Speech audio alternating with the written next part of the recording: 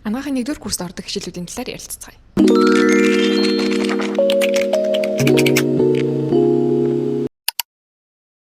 Бүгдээрээ сайн уу? Пүнэ байна. YouTube дээр оруулж байгаа анхны бичлэгт маань тавтай морил. Юунд түрүүнд бүгдэнд нь анагаах тэнцэнд нь баяр хүргэе. Энэ бичлэгээрээ бүгдээрээ анагаахын 1-р курст ямар хичээлүүд ордог, хичээл хэднээс хэдний хооронд үргэлжилдэг талаар ярилцгаая. Бичлэгээ дуустал нь үзээрэй. 1-р курс маань 2 семестрт хуваагдаж хичээл маань явагдана.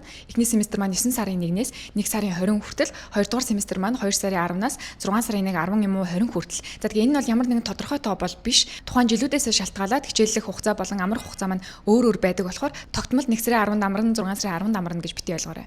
Хичээлдээ унах юм бол 1 сарын 10-наас 2 сарын 10 хүртэл амрах хугацаа маань маш богино болно. Яагаад гэдэг юм бол бид нар хичээлдээ унах юм бол тухайн хүүхдүүдийн амарж байгаа хугацаанд хичээлийг нөхөж цааш нь үргэлжлүүлдэг байгаа. Тэгэхээр бид нарт амрах хугацаа гарахгүй байх магадaltaй гэсэн үг.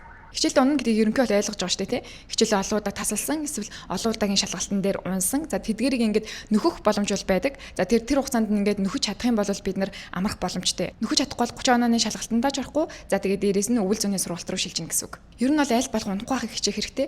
Ингээд өвөл зүйн сургалтанд суучих юм бол зарим боломжууд бас ингээд хасагдаад тавьчихдаг. Одоо нөгөө нэг магистр бакалавртай хамт төгсөн гэдэг ба шүү дээ. Тэр боломж нь болохоор ямар нэгэн тийм өвөл зүйн сургалтанд суухгүй байх гэдэг шаардлагыг бас тавьдаг шүү. Энэ талаар бол сайн мэдгүй байна. Гэтэ иймэрхүү шаардлагуудыг бол тавьдаг юм билээ. 1-р курст ордог хичээлүүд анатом, гистолог. Ер нь бол бүх хичээл чухал. Гэтэ энэ дотроос хамгийн чухал нь анатом, гистолог хоёр. Хамгийн олон удаагийн оролттой, дээрээс нь хамгийн олон удаа шалгалт авна. Энэ хоёр хичээл нь хүний биеийн талаар илүү дэлгэрэнгүй нарийнаар авч үздэг болохоор орхигдуулж ерөөсөө болохгүй хичээлээ аль болох сайн хийх хэрэгтэй. Дүн дээр хамгийн их нөлөөлдөг хоёр хичээл гэж хэлж болно. Бид нарт 10 жил шиг нэг хичээлийг 2-оос 3 өдөр уншина гэсэн боломж ерөөсөө байхгүй. Тухайн хичээлийг яг цаг дорн хийгээд явахгүй бол баг өнөөдөр хүрсэн хичээл маргааш орох учраас ихэнхдээ хичээл орохынхоо 1-2 өдрийн турш сайн уншаад тэгээ хичээлд ордог.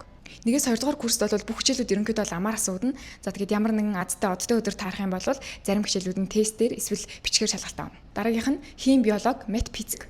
Энэ хичээлээр яэш өгсөн хүүхдүүд бол алдахгүй. Гэхдээ яэш өгөөгүй байсан ч гэсэн хийх ёстой юм а цаг тухайд нь хийгээд явах юм бол эдгээр хичээлүүдийг бол амархан авч чадна. Гол нь энэ хичээлүүд маань 4-8 удаа ороод хичээлийн дүн гараад дараагийн хичээлдээ шилжиж явчихна. Тэгээд аль болох юм цөөн орж байгаа хичээлүүдээ бол тасдахгүй, хоцрохгүй яг цаг тухай бүртэн юмаа хийгээд явах юм бол дажгүй тавчна гэсэн үг. Дараагийнх нь нэмүү, түүх.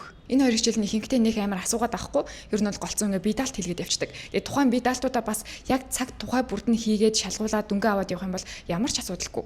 Хэрвээ юм цөөн ордог хичээлүүдэд тастаад ингээ хоцроод явах юм бол дараад нь ингээ нөхөн гээд ийм хамгийн цөөхөн оролттой хичээлүүдээр айгүйх асуудал гардаг. Тийм болохоор ядаж ийм цөөхөн орж байгаа хичээлүүдээ яг цаг тухай бүртэн хичээлдээ суугаад хоцрохгүйгээр аль болох дүнгээ гаргахыг хичээгээрэй. За тэгээд биеийн тамир, англи хэл. Энэ хоёр хичээл маань бусад хичээлээ бодох юм бол бас нэлээд оролт илүү ордог. Биеийн тамирын хувьд гэх юм бол хавар ингээ аэробикийн тэмцээн болдог. Тэгээд тэр тэмцээнд ингээ хүүхэд болгон орох шаардлагатай. Тэгээд тэрийг нь болохоор ингээд дүнгийн 50% гэж хуваадаг санагдаж байна. Хичээлийн идэвхэн 50%. За тэгээд аэробикт орсон хувьяас нь шалтгаалаад 50% гэж явдаг санагдаж байна. Хэрвээ ямар нэгэн хүндэтгэх шалтгаанаар орохгүй болж байгаа бол хичээл орж байгаа багштайгаа яах их талаар ярилцаж болно. Англи хэлний хувьд бол ингээ хүүхдүүд ингээд англиар амарлаг ярьдаг байх хэрэгтэй гэж ойлгоод байдаг байхгүй. Гэхдээ тийм биш, ярьдаггүй байсан ч болно. Энэ хичээлээр бид нэр анагаах ухаантай холбоотой хэрэглээний англи хэлийг сурдаг. Жишээлх юм бол эмнэлэгт хэрэглэдэг төхөөрөмжүүдийн нэршил, дээрээс нь өвчтөнд дэлгэрж байгаа шинж тэмдгийн нэршил гэх мэтийг бид нар тэр хичээлээр сурдаг гэсэн үг. Хамгийн сүүлийнх нь хуч буюу харилцааны ур чадвар. Тухайн хичээлээр бид нар бусадтай яаж харьцах, ямар үлгэр дуурайлал үзүүлэх, бусадтай яаж харьцах талаар анагаахын харилцаа хандлагын талаар заалгана. За тэгээд эдгээр хичээлүүд нь болохоор 1-2 дугаар семестртээ хуваагдаад хичээл нь орно. Анатом, гистологийн хувьд гэх юм бол 2 семестртээ хоёуланд нь ордог. Тэгэхээр айгүй чухал хичээл байгааз. 1-р курсын дүндэрт маань удирдгал хичээл гэж ордог. Тухайн хичээлийг аль болох таслахгүй байхыг хичээгээрэй. 3-4 удаа л орох байх. Тухайн хичээл дээр болохоор оюутны үнэмлэх, оюутны код, за тэгээд дээрээс нь анги танхимын талаар танилцуулдаг болохоор бидний мэдгүй байгаа асуултын хариултууд баг ихэнх нь тэндээс гарч ирдэг шүү. Тийм болохоор битгий тэр хичээлийг таслаарай. Бусад сургууль шиг биднэрт хичээлээ сонгоно, хичээл залгах, багшаа сонгоно гэсэн юм бол байхгүй. Бүгд хуваарийн дагуу явагдана. Хичээллэх цагийн үед гэх юм бол эхний хичээл 7:40-д эхэлнэ, сүүлийн хичээл 6 цагт дуусна.